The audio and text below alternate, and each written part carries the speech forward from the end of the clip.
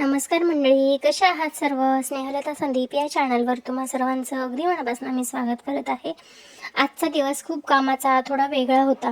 आजच्या ब्लॉगमध्ये मी तुम्हाला माझ्या सकाळच्या देवपूजेपासून ते अगदी संध्याकाळच्या गारांच्या पावसापर्यंत सगळं काही दाखवणार आहे. त्यामुळे व्हिडिओ शेवटपर्यंत नक्की बघा. दिवसाची सुरुवात नेहमीप्रमाणे प्रसन्न व्हावी लागते. देवाची पूजा केली की मनात एक सकारात्मकता जाणवते. सकाळची कामं उरकता आज लक्षात आलं की एका कोपऱ्यात जुनं खूप साचलेलं सामान होतं. बरेच दिवस झालं मनात होतं की हे सगळं एकदा काढून टाकायचं.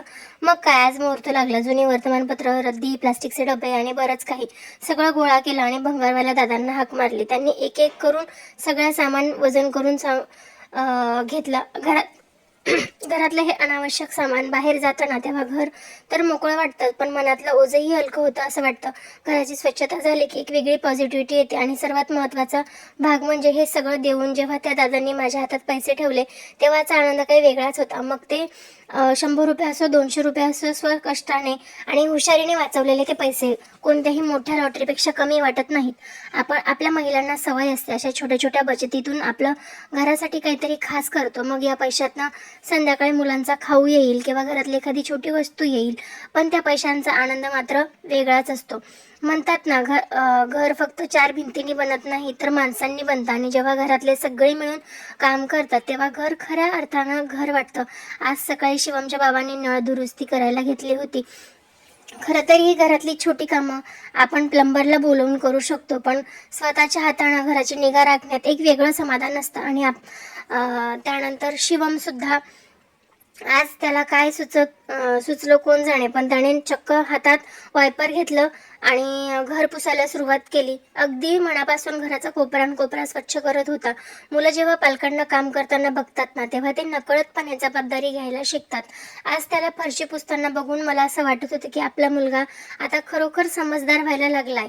काम तर रोजचीच असतात, पण मुलांचा छोटासा हातभार कामाचा थकवा पार घालवून टाकतो. मला वाटतं आपण मुलांना अभ्यासासोबत अशा छोट्या घरगुती कामाची सवय लावायला पाहिजे, जेणेकरून त्यांना कष्टाची आणि स्वच्छतेची किंमत कळेल. आज शिवमच्या या मदतीमुळे घर तर स्वच्छ झालंच, पण माझं मनही आनंदाने भरून आलं.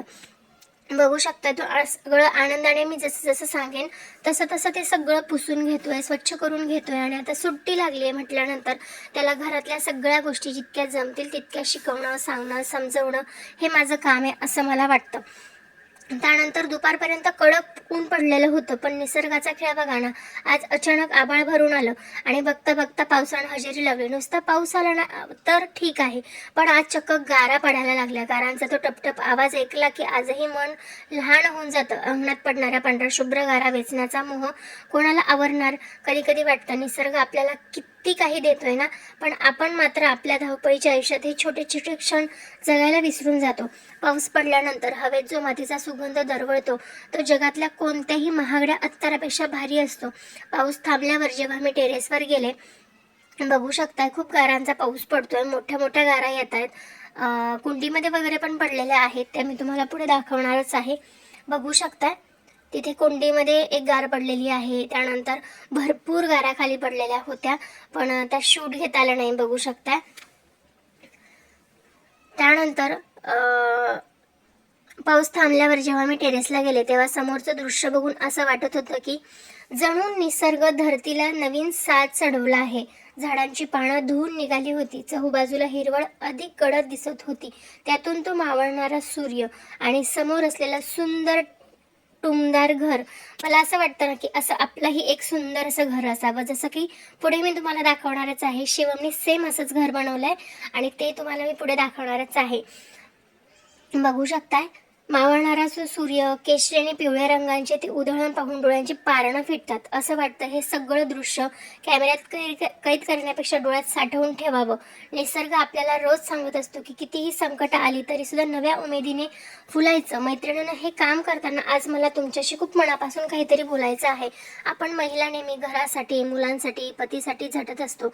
घर सारवणं, स्वयंपाक करणं ही काही छोटी मोठी कामं नाहीत बरं का, पण आपण त्यात मास्टर असतो. पण हे सगळं करत असताना कुठेतरी आपली स्वतःची स्वप्न, स्वतःची ओळख मागे पडते का, याचा विचार नक्की करा.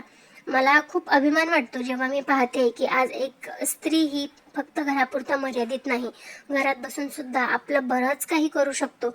मग ती शिलाई काम असू दे, ऑनलाईन बिझनेस असू दे, व्लॉगिंग असू दे, किंवा कोणी केक बनवतं, कोणी पार्लरचं काम करतं, कोणी काय.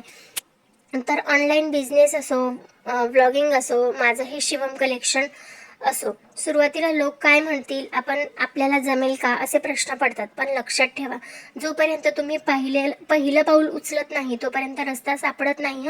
प्रत्येक महिलेच्या हातात काही ना काहीतरी कला असते. कोणाला जेवण चांगलं बनवता येतं, कोणाला शिवणकाम छान जमतं. आपल्या कलेलाच आपल्या व्यवसायात बदलायला हवं.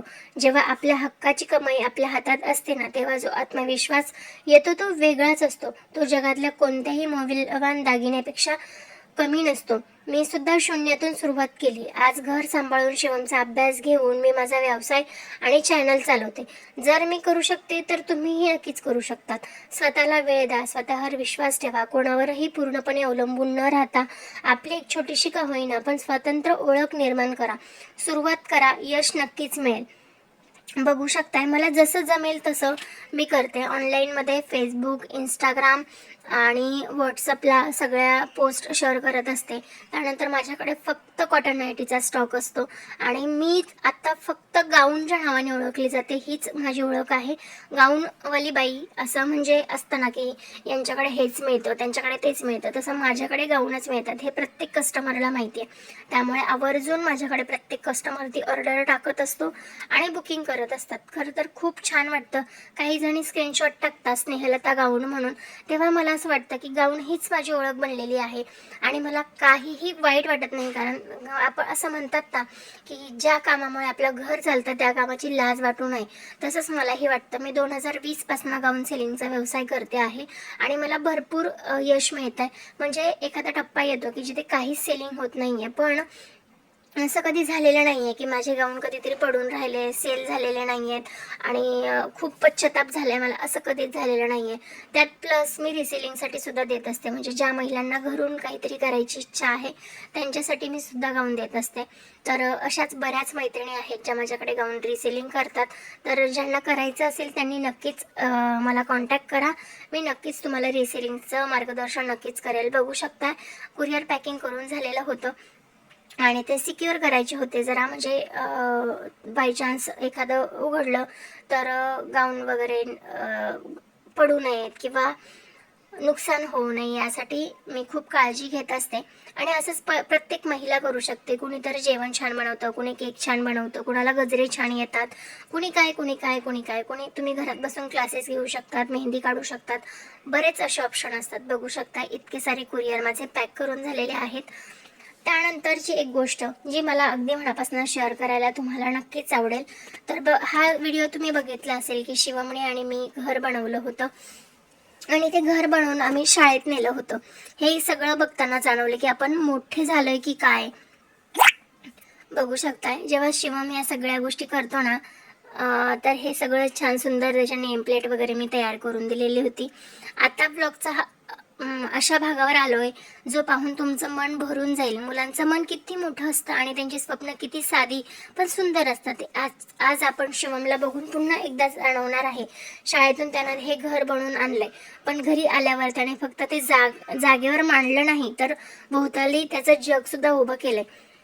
मी तुम्हाला पुढे दाखवणारच आहे. लाईट गेलेली होती, पण म्हटलं एक छोटंसं शूट घ्यावं घर तयार झाल्या म्हणून मी हे शूट घेतलेलं होतं. बघू शकता, सगळ्या गोष्टी अगदी छोट्या छोट्या गोष्टी तयार केलेल्या आहेत. असं हवं तसं हवं सांगून सगळ्या गोष्टी तयार करून घेतल्या. त्यानंतर कार्यानुभवाच्या याच्यासाठी जमा केलं होतं शाळेत. त्यानंतर ते त्याने घरी आणलं आणि मग त्यासोबत त्यांनी काय काय केलं हे सुद्धा मी नक्कीच शेअर करणार आहे. पण माझा आत्तापर्यंतचा व्हिडिओ तुम्हाला कसा वाटला हे मला कमेंट करून नक्कीच सांगा. माझा व्हिडिओ तुम्हाला आवडत असेल तर लाईक, शेअर, सबस्क्राईब नक्की करा. बघू शकता, Shivam Sandeep Sonawane, forest villa society, Sainagar, Dehu road. अतिशय सुंदर असं लिहिलेलं आहे. हे सगळं बघताना जाणवलं की आपण मोठे झालो की घरही मोठं लागतं. पण बघा ना, घराच्या बाजूला त्याने कार लावली आहे. हे घर आहे आणि साधं सुद्धा सिंपल स्वप्न आहे त्याचं. म्हणजे जगच उभं केलंय. घराच्या बाजूला कार लावलेली आहे, त्यानंतर बाजूला रस्ता बनवलेला आहे. नंतर इथे तुळशीची पूजा करताना आई बसवली आहे. खूप खूप गोष्टींचा विचार केलेला आहे त्याने. त्यानंतर समोरच ट्रॅक्टर आणि टेम्पो उभा केला आहे. विशेष म्हणजे त्याने फक्त आधुनिक गोष्टींचाच नाही तर आपल्या संस्कृतीची जोडसुद्धा दिलेली आहे, ती मी तुम्हाला पुढे दाखवणार आहे. बघू शकता आजूबाजूला झाडं लावलेली आहेत घराच्या.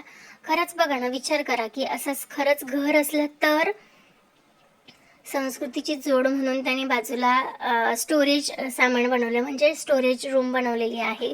म्हणजे बैलांचा वगैरे चारा वगैरे भरण्यासाठीची स्टोरेज रूम आहे ती. गोठा सुद्धा तयार केलाय, अंगणात छोटीशी झाडं लावली आहेत, स्वप्नातलं घर पूर्ण केलंय. हे सगळं बघताना मला जाणवलं की आपण मोठे झालो की मोठं घर, मोठ्या गाड्या यांच्या मागे धावतो. मुलांची सुख म्हणजे काय असतं तर आपल्या माणसांसोबत आपल्या आवडीच्या छोट्या छोट्या गोष्टी समजावून एक सुरक्षित घर. शिवमच्या या घरामध्ये मला आमचं भविष्य दिसतंय. तो ज्या आवडीने आणि कल्पकतेने हे सगळं करतोय ते खरंच खूप छान वाटतंय. शिवमच्या घरामध्ये कल्पनेने हे सगळं सजवतोय ते बघून खूप समाधान वाटतं. मुलांच्या अशा छोट्या छोट्या कलाकृतीने आपण नेहमीच प्रोत्साहन द्यायला हवं, कारण उद्याच्या मोठ्या यशाची हीच पहिली पायरी असते. तर मंडळी, कसा वाटला आजचा हा धावपळीचा पण आनंदी ब्लॉग कमेंट करून नक्कीच सांगा. जर तुम्हाला हा व्हिडिओ आवडला असेल तर व्हिडिओला लाईक करा, शेअर करा आणि चॅनलवर नवीन असाल तर चॅनलला सबस्क्राईब नक्की करा. शेअर करा आणि चॅनलला सबस्क्राईब करायला विसरू नका. भेटूया पुढच्या नवीन ब्लॉगमध्ये. तोपर्यंत काळजी घ्या, स्वस्त राहा, मस्त राहा आणि आपले व्हिडिओ असेच बघत राहा. चला तर मग भेटूया नवीन व्हिडिओमध्ये. तोपर्यंत श्री स्वामी समर्थ. जय जय स्वामी समर्थ. श्री स्वामी समर्थ. जय जय स्वामी समर्थ. बाय बाय मैत्रिणींनो.